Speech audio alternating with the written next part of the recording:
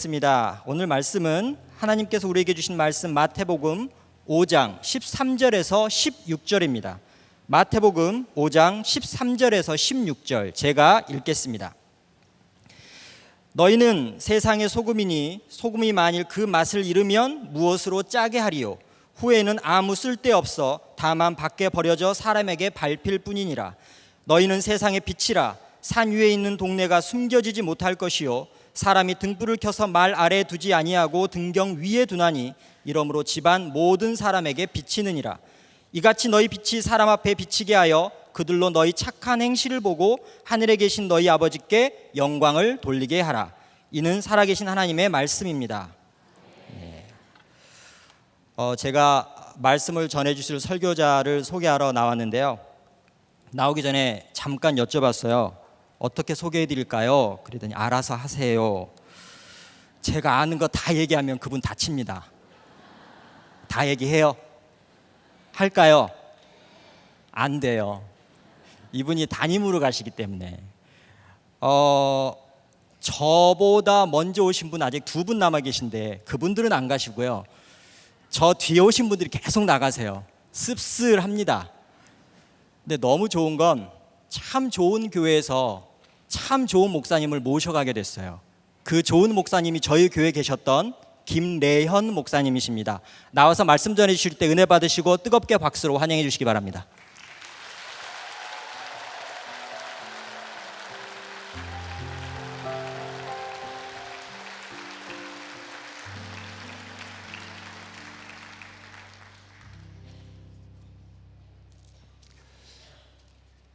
주일 3부 예배에 나오신 여러분 한 분 한 분을 주님의 이름으로 사랑하고 축복합니다.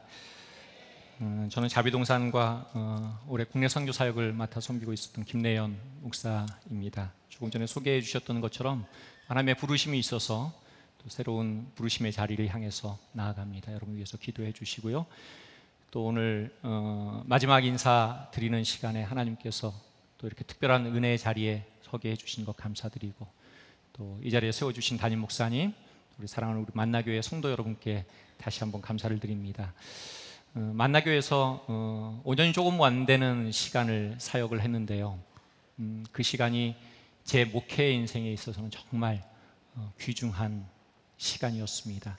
많이 보고 또 많이 느끼고 많이 배웠습니다. 여기서 배운 것들을 가지고 사역을 하게 될 때 좋은 열매들이 맺혀질 수 있도록 또 만나교회도 하나님께서 계속 쓰임받는 교회가 될 수 있도록 여러분들의 많은 기도를 다시 한번 부탁을 드립니다. 우리가 조금 전에 읽었던 마태복음 5장의 말씀을 가지고 함께 은혜를 나누기를 원합니다.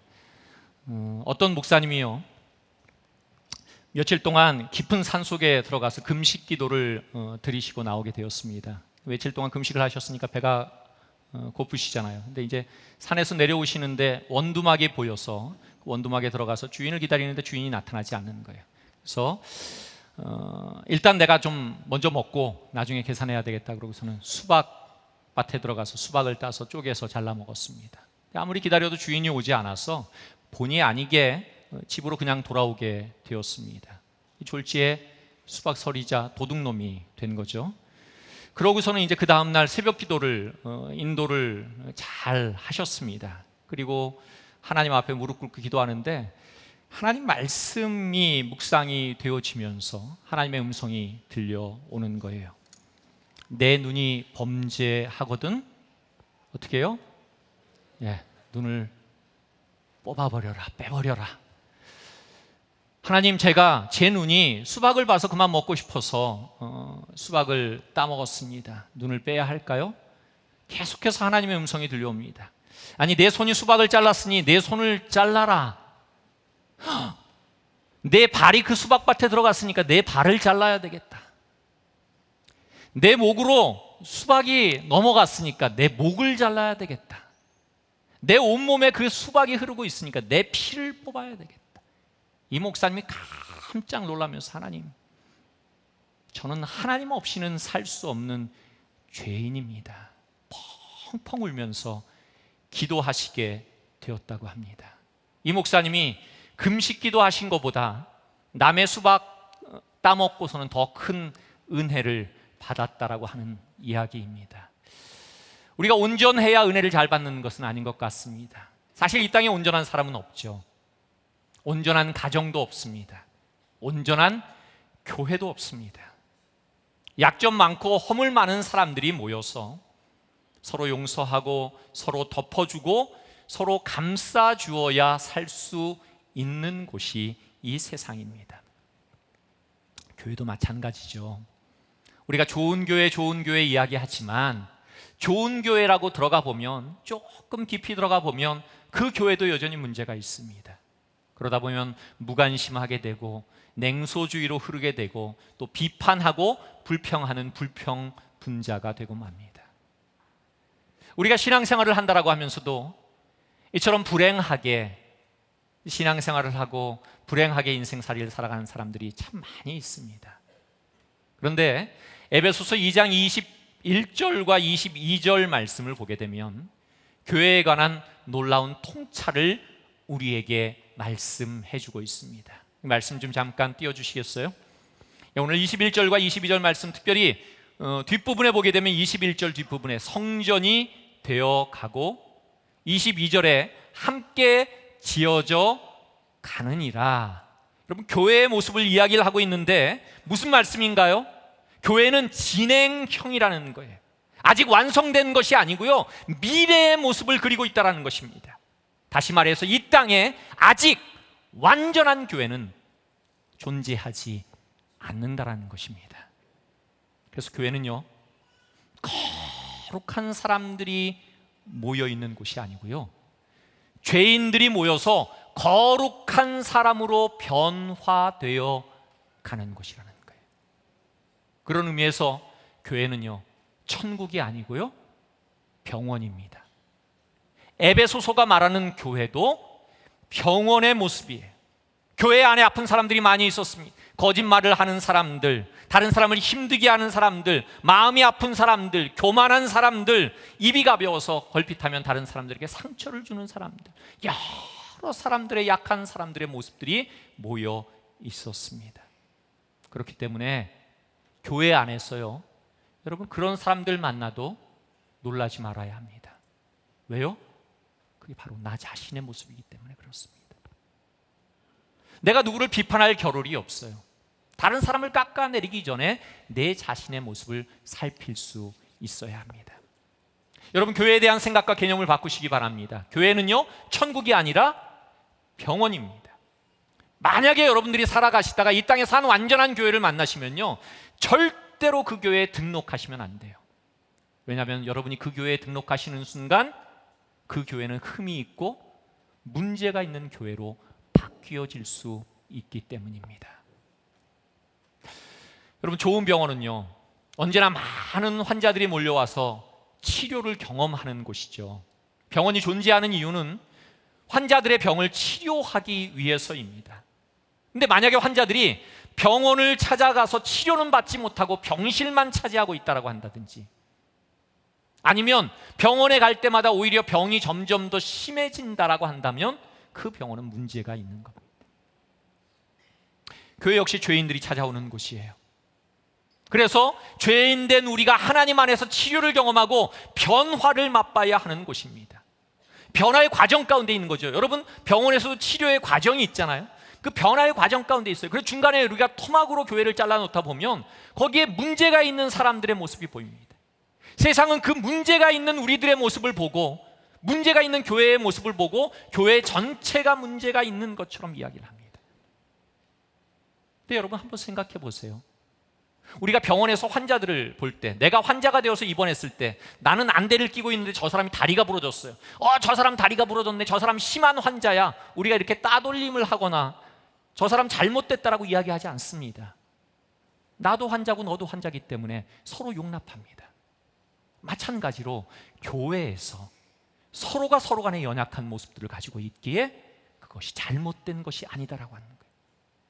근데 그 잘못된 모습이 아까 이야기했던 것처럼 계속해서 여러분 교회의 자리만 차지하고 있거나, 아니면 교회에서 생활을 하면서도 여러분의 성품이 변하지 않고 오히려 더 나쁜 방향으로, 아니면 다른 사람들에게 욕을 듣는 모습으로 살고 있다라고 한다면 그것은 문제가 있다는 거예요. 사랑하는 여러분, 조금 전에 말씀드린 것처럼 교회는 흠이 있고 상처가 있고 문제투성이입니다. 그러나 그럼에도 불구하고 주님의 교회입니다. 왜 그렇습니까? 교회의 머리가 예수 그리스도이시기 때문에 그렇습니다. 교회에 다툼이 있을 수 있어요. 어려움이 있을 수 있습니다. 갈등이 있을 수 있습니다. 그럼에도 불구하고 교회는 하나입니다. 교파가 달라도 교회는 하나입니다. 왜냐하면 하나 되게 하시는 성령님이 계시기 때문에 그렇습니다. 연약함이 있어도 부족해도 교회는 영광스러운 곳입니다. 왜 그렇습니까? 영광스러운 하나님의 임재가 있는 곳이기 때문에 그렇습니다.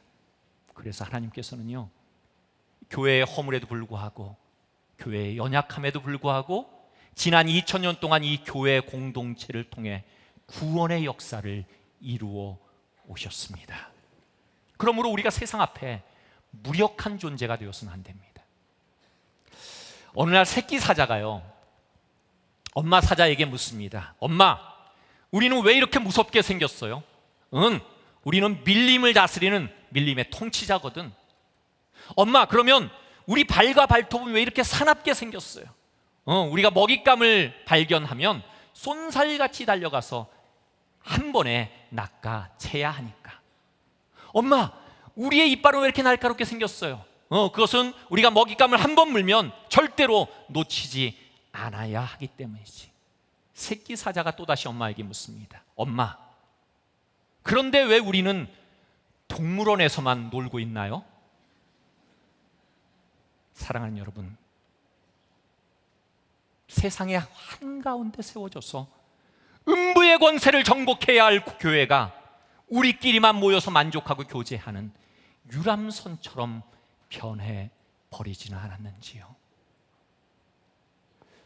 한 번은 예수님께서 베드로와 요한과 야고보를 데리고 변화산에 올라가셨어요. 변화된 주님 앞에 율법의 대표자인 모세와 선지자의 대표였던 엘리야가 나타났습니다. 깜짝 놀란 베드로가 너무 좋았습니다. 주님, 제가 초막 셋을 여기다 짓겠습니다. 하나는 주님을 위해서, 하나는 모세를 위해서, 하나는 엘리야를 위해서요. 여기가 좋다라는 거예요. 이곳이 좋다라는, 이대로가 좋다라는 거예요. 그런데 주님은 그런 베드로의 제안을 멀리하고 제자들을 다시 이끌고 죄악이 가득한 산 아래 세상으로 내려오셨습니다. 예수님 모세의 초막을 거절하셨어요. 모세는 율법의 대표자입니다. 여러분, 우리가 교회에서 성경 말씀을 배우고 많은 것들을 얻으려고 하는 것 좋습니다. 그러나 그것이 다가 아니라는 거예요.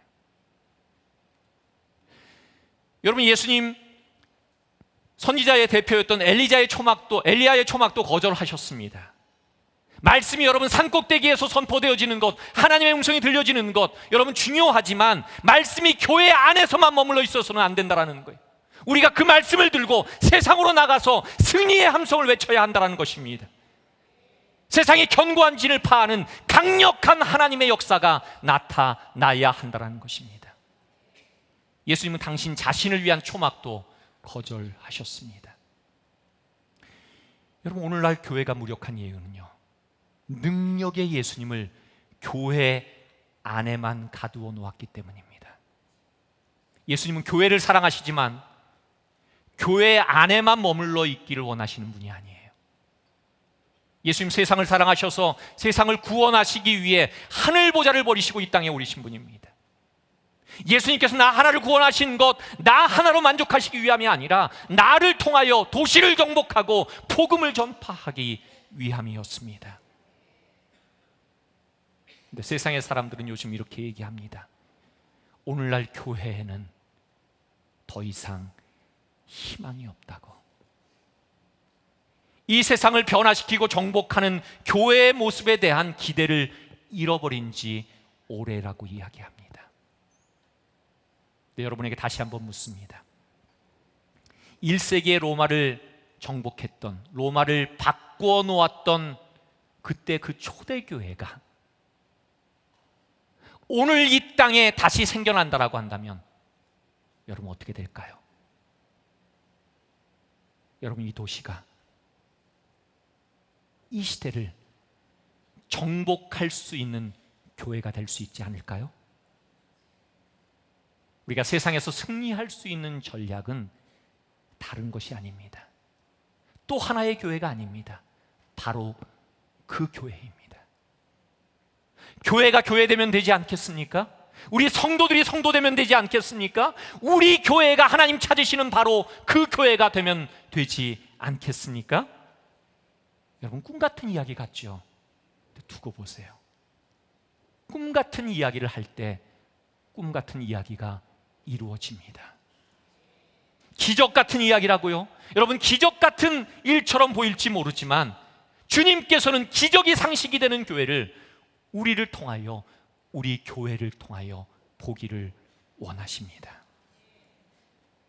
문제는 우리 자신이에요. 여러분, 우리가 우리 자신을 너무나 잘 알잖아요. 우리의 연약함, 우리의 허물 많음을 잘 알고 있습니다. 근데 우리가 어떻게 이 세상을 변화시킬 수 있을까? 마태복음 16장을 보게 되면 도시 한가운데 로마 황제의 신상이 세워져 있는 가이사라 빌립보 그곳에서 그 황제가 구원자가 아니라 예수 그리스도가 구원자이심을 선포하는 베드로의 신앙 고백이 나옵니다. 뭐라고 고백하죠? 주는 그리스도시요 살아계신 하나님의 아들이십니다. 근데 여러분, 이 놀라운 믿음의 고백을 하고 있는 베드로가 어떤 사람이었습니까? 허물 많고 연약한 사람이었어요. 돌아서면 넘어지고, 돌아서면 사고치고, 돌아서면 실패하고, 돌아서면 실수하는 그런 사람이었습니다. 근데 주님께서는 놀랍게도 내가 이 반석 위에, 베드로의 고백 위에, 약하고 연약한 것 같은 흠이 많은 베드로 위에 내 교회를 세우겠다. 그 교회를 통해 이 땅의 음부의 권세를 정복하고도 남는 놀라운 믿음의 역사를 일으키겠다라고 선포하고 계십니다. 사랑하는 여러분, 하나님, 내게 부족함이 있지만 내 연약함 위에 하나님의 교회를 세워 나가기를 원하십니다. 근데요, 세상이 그렇게 만만치 않아요. 점점 더 점쟁이를 찾아다니는 사람들이 늘어나고 있다고 합니다. 이 땅의 점쟁이의 숫자가 통계상으로 40만 명을 넘었다고 합니다. 우리나라 남한 인구의 130명당 1명이 점쟁이에요. 여기에 앉아 계신 분들로 하면 한 300분이 점쟁이가 앉아 계셔야 되는 거하고 똑같은 거예요. 어마어마한 숫자입니다. 왜 점쟁이를 찾아가느냐고 물으면 이렇게 대답합니다.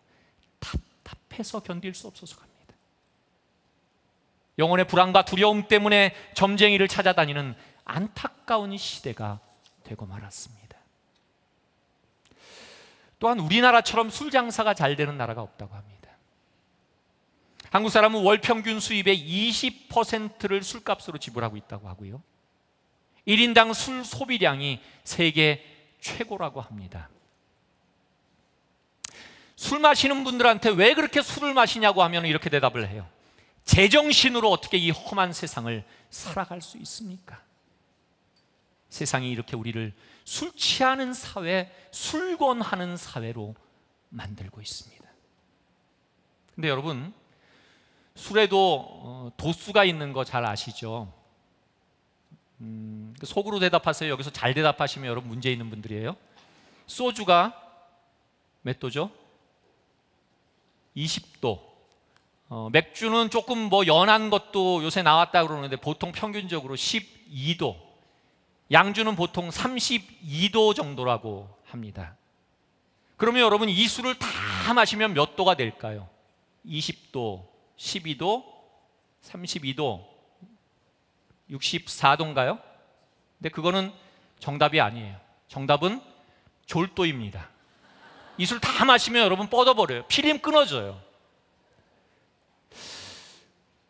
여러분, 삶이요, 술 취하는 인생이 아니라 성령의 세술에 취하는 성령 충만한 인생이 되시기를 주님의 이름으로 간절히 축원합니다. 예수님 오늘 본문에서요, 크리스천이 세상에서 어떻게 살아야 한다라고 말씀하고 계십니까? 크리스천의 사명입니다. 크리스천들은요, 세상에서 먹고 마시고 즐기는 게 전부가 아니라고 이야기를 해요. 오늘 보면 13절 보십시오. 너희는 세상의 소금이니. 소금은요, 조미료의 역할과 방부제의 역할을 감당합니다. 소금을 음식에 넣으면 음식의 맛을 내고 음식이 썩지 않습니다. 예나 지금이나 세상은 죄악으로 가득합니다. 하나님이 창조하신 세상에 이처럼 죄악이 가득한 것은 여러분 비극이에요. 그래서 하나님의 백성된 크리스천들이 이 땅이 죄악으로 가득 찬 것을 막기 위해 힘쓰고 애쓰고 노력해야 합니다. 더 하나님과 친밀해야 하고요, 말씀대로 살아가기 위해 노력해야 돼요. 14절 말씀을 보면 이렇게 얘기합니다. 너희는 세상의 빛이라. 소금이 소극적인 역할을 감당한다면 빛은 적극적인 역할을 감당합니다. 다시 말해서 크리스천은 세상의 어둠, 죄악과 무지를 깨우치고 변화시켜야 하는 거예요.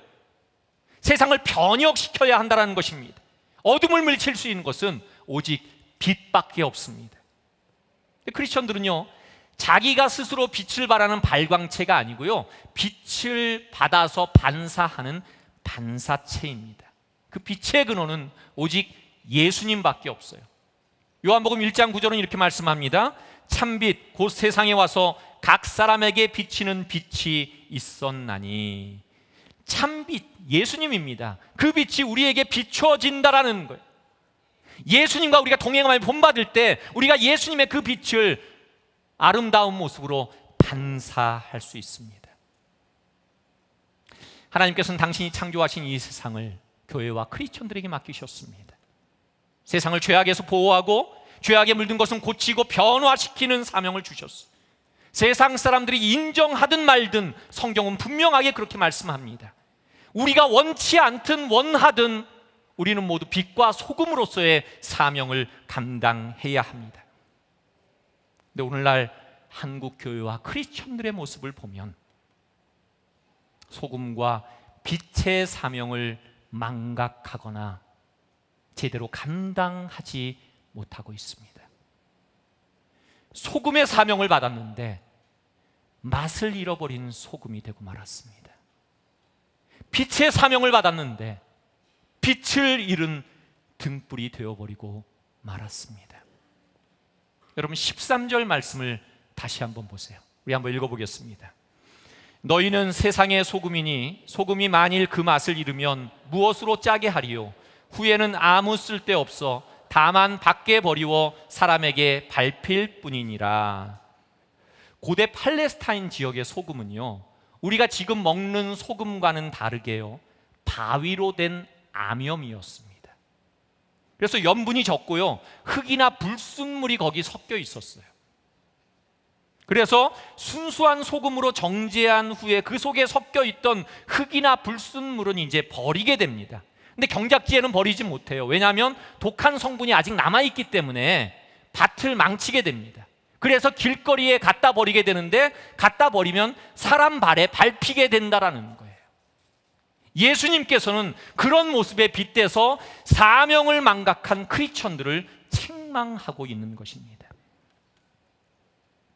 오늘 한국 교회와 크리스천들이 바로 맛을 잃어서 버려짐으로 세상 사람들에게 짓밟히고 있는 것은 아닌지 모르겠습니다. 세상의 부패를 방지하기는커녕 한데 어울려서 죄를 짓고 살아가는 것은 아닌지 모르겠습니다. 이어서 14절과 15절의 말씀 우리 같이 한번 읽어보겠습니다. 너희는 세상의 빛이라. 산 위에 있는 동네가 숨겨지지 못할 것이요 사람이 등불을 켜서 말 아래에 두지 아니하고 등경 위에 두나니 이러므로 집안 모든 사람에게 비치느니라. 자, 크리스천은 세상에 빛을 비추는 등불과 같은 존재예요. 교회도 마찬가지입니다. 여러분, 동네가 산 위에 있어서 드러나는 것처럼 교회가 사람들에게 주목의 대상이라는 거예요. 등불을 말 아래에다 두지 않고요 등경 위에 둔다라고 하는 것도 크리스천들이 세상 사람들에게 드러나게 돼 있다는 것입니다. 세상의 사람들이요 교회와 크리스찬들에게 무관심한 것처럼 보여도요 보지 않는 것처럼 보여도 유심히 교회와 크리스찬들을 지켜보고 있다는 것입니다. 좋게 보면 그만큼 기대하고 있다라는 거예요.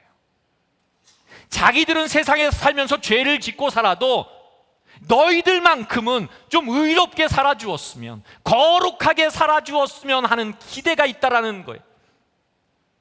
그렇기 때문에 교회가, 크리스천들이 빛을 잃으면 세상에 소망이 없는 겁니다. 세상을 변화시킬 기회가 하나씩 하나씩 사라져가는 겁니다. 오늘날 한국교회와 크리스천들의 모습이 빛을 잃은 등불의 모습은 아닌지 모르겠습니다. 선한 영향력을 끼치고 세상을 변화시켜야 하는데 그런 능력은 상실한 채 세상의 어둠에 뒤섞여 살고 있는 것은 아닌지요. 그런데 한 가지 놀라운 사실은요, 그럼에도 불구하고 하나님의 역사는 지난 2000년 동안에 중단되지 않고 바로 그 연약한 교회를 통해서, 하나님이 부르신 사람을 통해서 여전히 이루어지고 있었다는 사실입니다. 여러분, 우리가 금양로 기도회에서 담임 목사님을 통해서 사도행전의 말씀을 돌이켜보고 있어요. 담임 목사님이 여러 번 정리를 해주셨는데, 사도행전의 앞부분은 베드로를 비롯한 사도들의 이야기가 대부분입니다. 사도행전 9장에 가면 예수님의 제자도 아니 예수님을 핍박하는 데 앞장섰던 사도 바울의 회심 이야기가 나오죠. 그리고 그것을 기점으로 해서 사도행전 후반부에 가면 아예 12제자의 이야기는 사라지고요, 사도 바울의 이야기만 나옵니다. 여러분, 왜 주인공이 바뀌어졌는지 아시겠어요? 사도행전 1장 8절의 말씀 우리가 같이 한번 읽어보겠습니다. 오직 성령이 너희에게 임하시면 너희가 권능을 받고 예루살렘과 온 유대와 사마리아와 땅끝까지 이르러 내 증인이 되리라 하시니라. 자, 12명의 사도들이 받은 명령은요, 땅끝까지 이르러 내 증인이 되라고 하는 것이었습니다. 근데 제자들은 예루살렘에만 머물러 있었어요. 예루살렘 교회가 크게 부흥합니다. 많은 사람들이 하나님 앞에 돌아옵니다. 놀라운 믿음의 역사가 있었지만 그 열심은, 그 수고는, 그 헌신의 열매는 예루살렘에만 국한된 것이었습니다. 몇 년 동안에 그들이 예루살렘을 벗어난 경우는 단 한 번밖에 없었습니다. 빌립 집사가 사마리아에 복음을 전해서 사마리아 사람들이 복음을 받아들였다는 소식이 들렸어요. 그래서 그 소식을 확인하기 위해서 찾아간 거였어요. 제자들이 능동적으로 복음을 전하기 위해서 찾아가는 것이 아니라 수동적으로 집사들에 의해서 끌려간 것입니다. 그것도요, 12사도가 다 확인하러 나선 것이 아니고요, 베드로와 요한 두 사도만 확인하러 갑니다. 그리고는 다시 어떻게 해요? 예루살렘으로 돌아왔어요. 사도들은 주님께로부터 땅끝까지 이르러 주님의 증인이 되라는 명령을 받았음에도 불구하고 몇 년이 지나도록 예루살렘 지역 안에만 머물러 있었습니다. 그건 주님의 뜻이 아니었어요.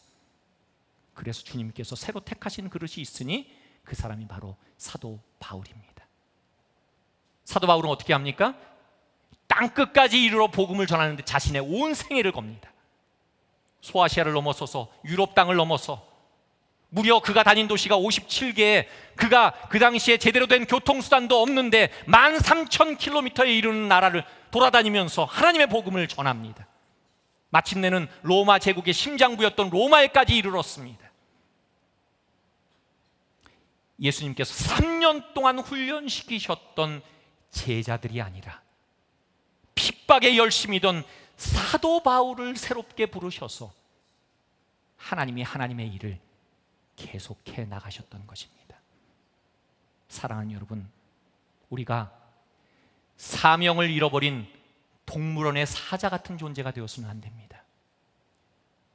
예루살렘 땅에만 머물러버린 12제자의 모습으로 남아있어서는 안 됩니다. 주님의 음성을 분별하도록 영적으로 깨어 있어야 합니다. 성령 충만해야 합니다. 세상의 빛과 소금으로서의 사명을 잃어버리지 말아야 합니다. 여러분, 우리 자신의 모습을 보세요. 여러분, 오늘 특별한 사정이 있어서 오늘 한 번만 여러분 늦으신 분들은 죄송하지만 여러분 예배에 늦지 마세요. 하나님 앞에 준비된 모습으로 오셨으면 좋겠습니다. 근데 예배에 늦는 것보다 더 무서운 게 있어요. 예배에 대한 아무런 기대가 없이 예배에 참석하는 겁니다. 우리가 진짜 무서워해야 하는 전쟁은, 재앙은 말씀을 듣고 싶은데도 하나님의 말씀이 내 귀에 들려오지 않는 거예요.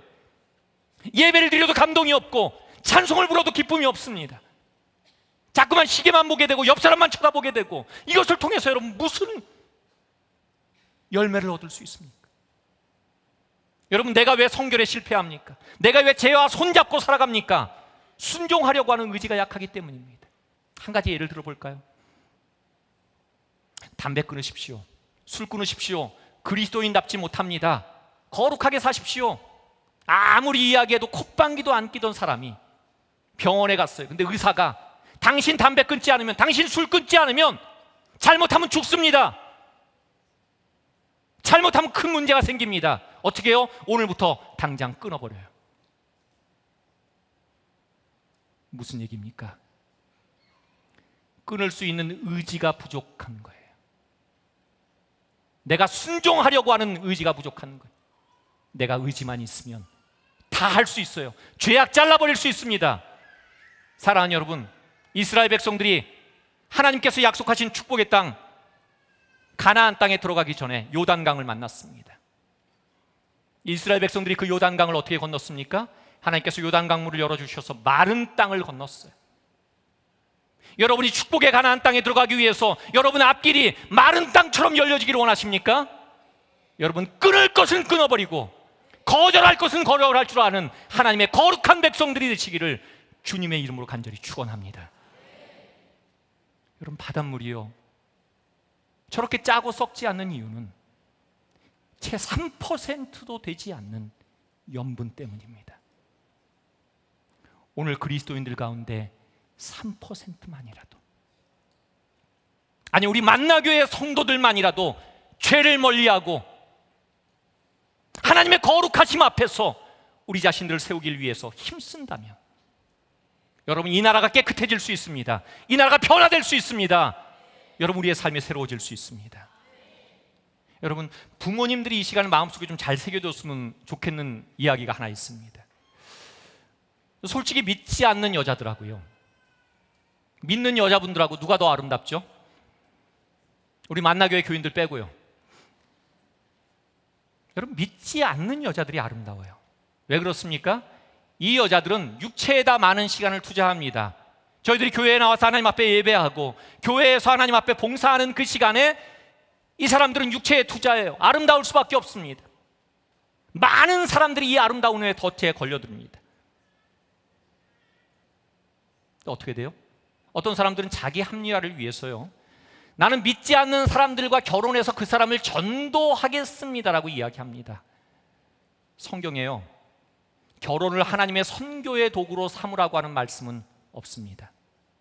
오히려 믿지 않는 사람과 멍해를 같이 하지 말라고 말씀합니다. 저는요, 개인적으로 물론 그런 사람들과 결혼해서 뭐 남편을, 부인을 개종시켜서 이렇게 교회로 잘 데리고 오신 분들도 계시지만 그거보다 훨씬 더 힘들게 신앙생활을 하고 계신 분들을 많이 봤습니다.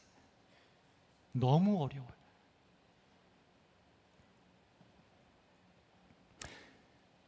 하나 더 이야기를 드리면, 이혼한 가정을 조사를 했는데요, 크리스천들끼리 결혼했던 가정과 크리스천과 넌 크리스천끼리 결혼했던 가정을 조사를 했더니, 넌 크리스천과 만나서 결혼했던 크리스천의 가정 가운데서는 99가정이 이혼을 했다고 하면, 크리스천끼리 만나서 결혼한 가정은 한 가정이 이혼했습니다.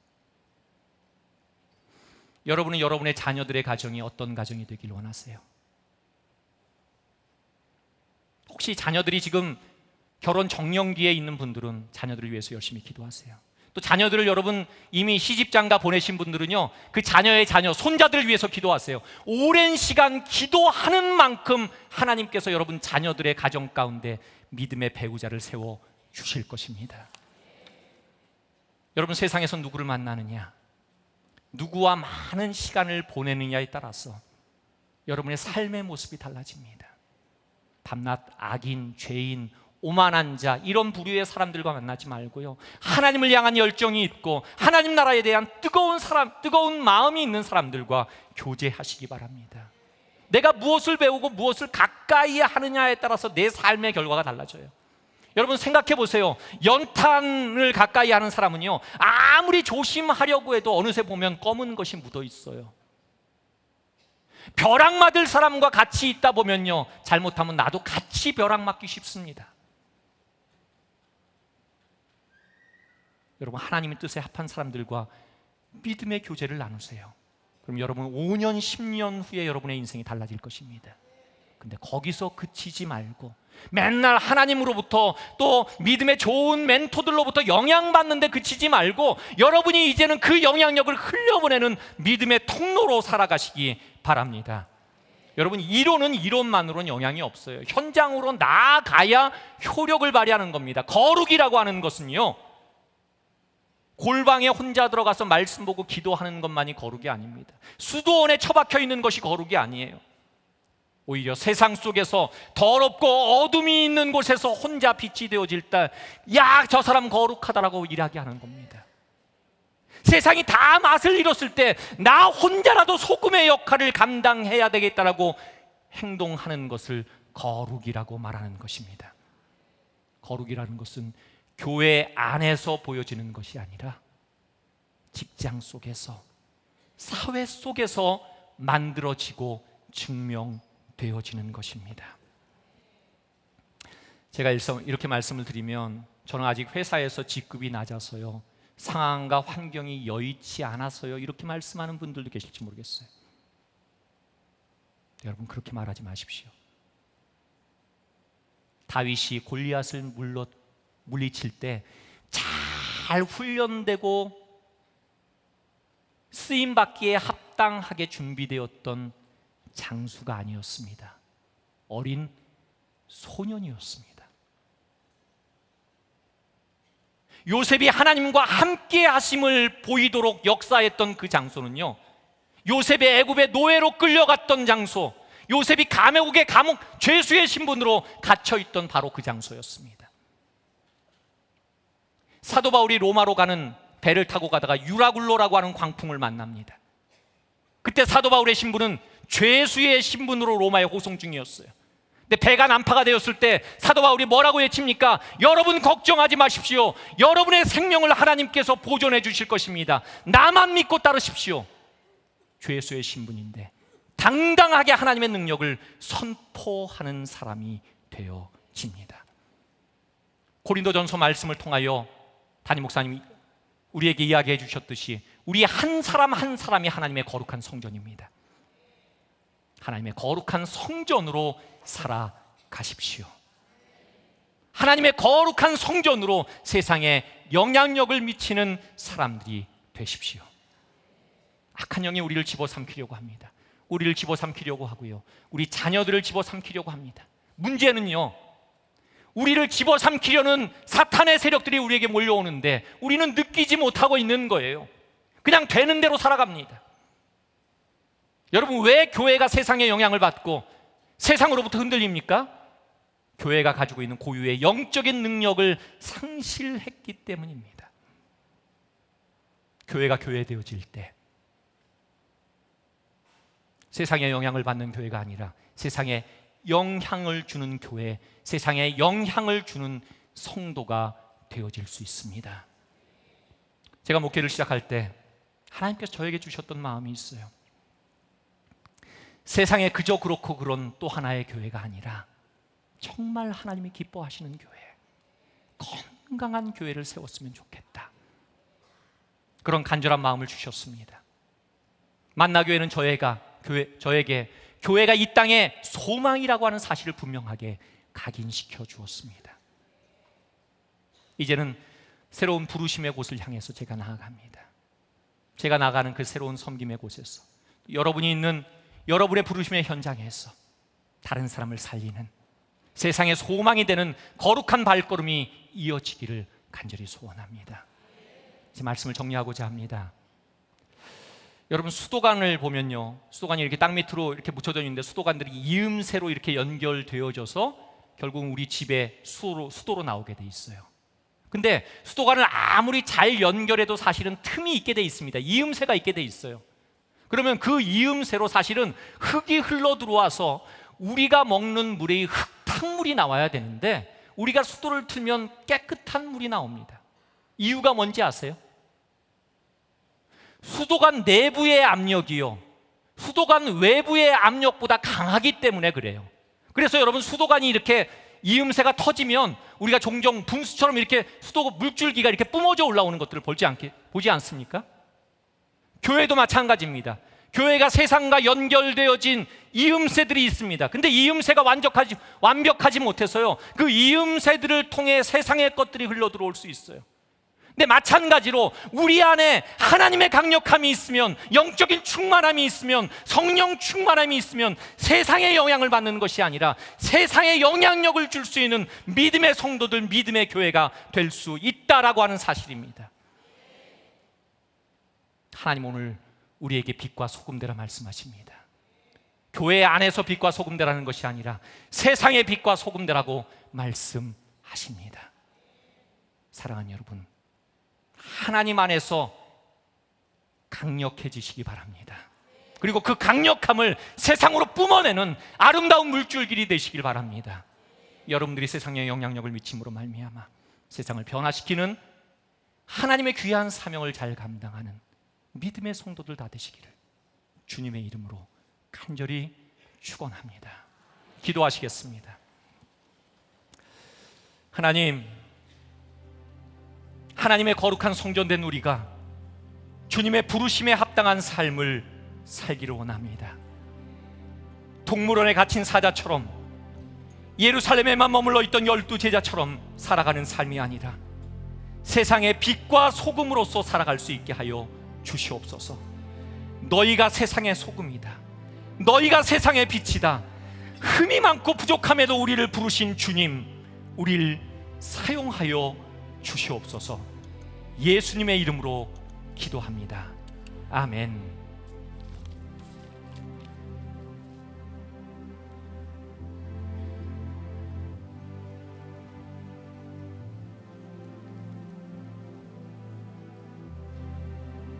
설교를 마치고 오면 여기 강단에 뭐가 많이 뿌려져 있어요.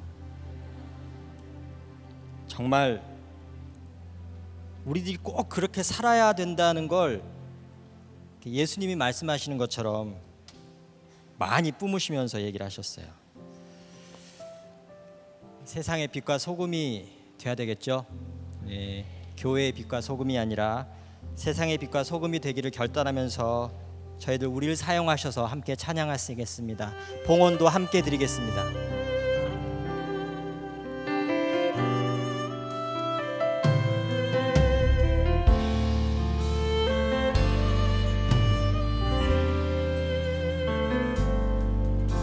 우리에겐 소원이 하나 있네. 주님 다시 오실 그날까지 우리 가슴에 새긴 주의 십자가 사랑, 나의 교회를 사랑케 하네. 주의 교회를 향한 우리 마음, 희생과 포기와 가난과 고난, 하물며 죽음조차 우릴 막을 수 없네. 우리 교회는 이 땅의 희망, 교회를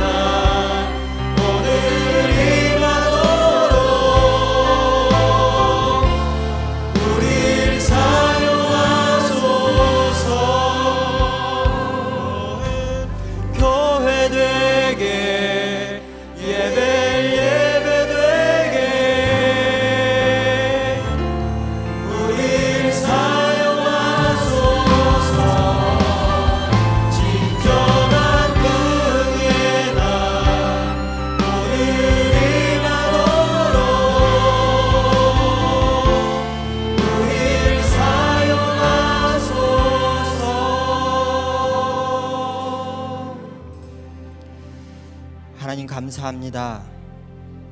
지금 우리들 빛과 소금의 역할을 감당하며 살고 있습니다. 그런데 혹시 교회 안에서 빛과 소금의 역할을 감당하고 있지는 않은지, 주님은 우리에게 분명히 말씀하셨습니다. 세상의 빛과 소금이 되거라. 세상에 영향력을 끼치는 나의 제자들이 되거라. 세상에서 그리스도의 사랑과 그리스도의 은혜와 그리스도의 축복을 전하는 그런 사람들이 되거라. 이 말씀 붙잡고 한 주간 세상에 나가 하나님의 사람으로서 살아가기에 부족함이 없도록 우리 한 사람 한 사람을 붙들어 주시옵소서. 오늘도 주님 전에 작은 예물을 담아 올려드립니다.